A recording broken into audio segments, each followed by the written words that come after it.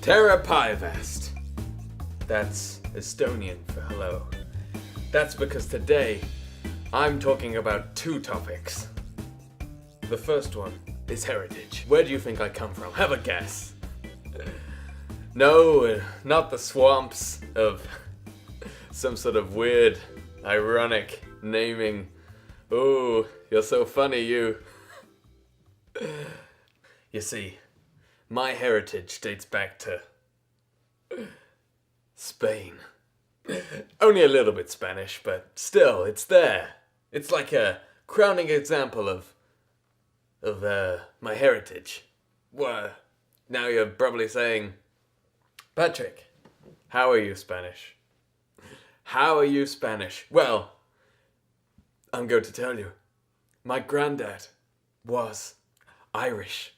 Yep, that means I'm Spanish. Now, you're probably thinking, no it doesn't. No, it doesn't mean you're Spanish. It means you're Irish, Patrick. No, I'm only 1/8 Irish. Yes, 1/8 Irish. There's another reason. Think back to Queen Victoria. Her reign on the throne. Yes, she was a lady of power and regime. And do you know what else she did? She fought the Spanish Armada off the British coasts. She was there with the sword, in the armour. She probably wasn't actually there. But the whole point was, the Spanish Armada was at the gates of England, otherwise known as the English Channel. That's the gates of England. That's what they're going to be called now, I'm sure. And they were fighting with swords. Ching, ching, ching. And there were probably cannons. And there were... I can't particularly remember the exact weaponry of the time, but swords and cannons were definitely involved. The English blocked up the channel, and the Spanish were like, balls to you English. I'm going to have to escape. And they did something crazy. They rowed all the way over the wrong side of the channel. They went up past Netherlands. Crazy. They went past Sweden. Woo! And they looped all the way around Scotland. It's pretty cold. Pretty cold up there. Especially for the Spanish who were used to warmer climates. It must have been freezing. Extra jumper day. And they came. And they crashed. Well, maybe some of them landed on Ireland. That's where they went. And now you can see where the story matches up. You can see how me being slightly Irish may make me slightly Spanish. The Spanish Armada there went and lived with the Irish. They merged, they multiplied, and they put their genes into Ireland. And that's where I came from. I came from one of the survivors of the Spanish Armada. Yes, mixed with a bit of Irish, of course. And that's how I'm slightly Spanish. It's quite interesting that, isn't it? That's what I thought. Yes. The next topic. This one's a big one.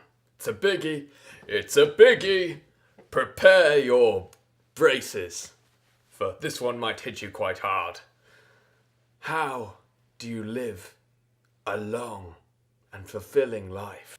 Well, that all depends on your definition of long and fulfilling. Well, no, there's only really one definition of long, and that's length, isn't it?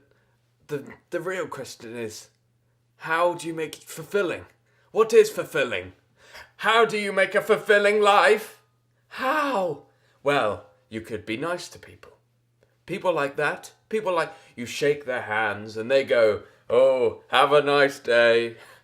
You're a brilliant person. And then you can fire it right back at them with, you're excellent today. You're amazing. And they blush right up and they go, why, thank you. Yes, that is partly a fulfilling life. But the next reason, it's going to shock you this.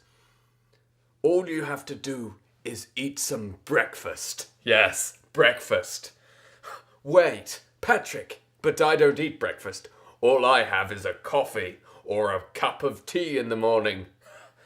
Well, you should stop that and you should start eating breakfast because it fills you up in the morning and then it makes you a pleasant person to be around. You're not too sprightly as people who just drink coffee are, and you're not too sort of calm and chilled out, like people who don't eat at all. Those idiots. Maybe you should just eat, and then, you'll be full up, you'll be friendly to people.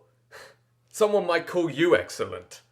I've actually got on this clipboard, it says some facts about eating breakfast.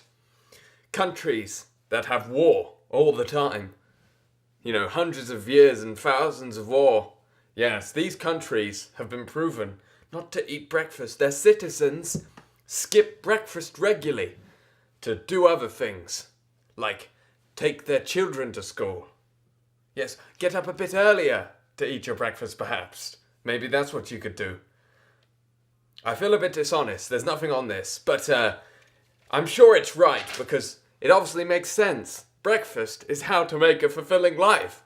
You can have multiple kinds of breakfast. A cereal, possibly not too sugary. Frosted shreddies, they would do. But, sugar puffs. No, I'm not going to condone sugar puffs. You could have a cooked breakfast with some bacon, some eggs, hash brown, toast, a bun. Yes, pepper. Pepper is good. I'd have pepper. Tomato sauce. You can have that on your breakfast. Barbecue sauce. I wouldn't recommend that for breakfast because it's a little bit too spicy for breakfast. But some people like it, so go ahead. If it lets you eat breakfast, go for it. So really, breakfast. That's what you want to do to have a fulfilling life. Eat some breakfast. Tomorrow morning, make sure you eat breakfast. So to top it all off, what you need to do is treat your heritage correctly. And eat some goddamn breakfast. This is Patrick Lyier.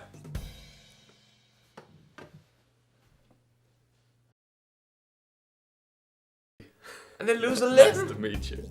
That's what happens. No, it's not. That's what happens No, at the vet. No, we're friends. Place. She's a friend of mine. That's why I didn't Anyway, take him. she sent in the But now question. The question He's is... gone. Normally he goes away I'm for a not couple of going to- days.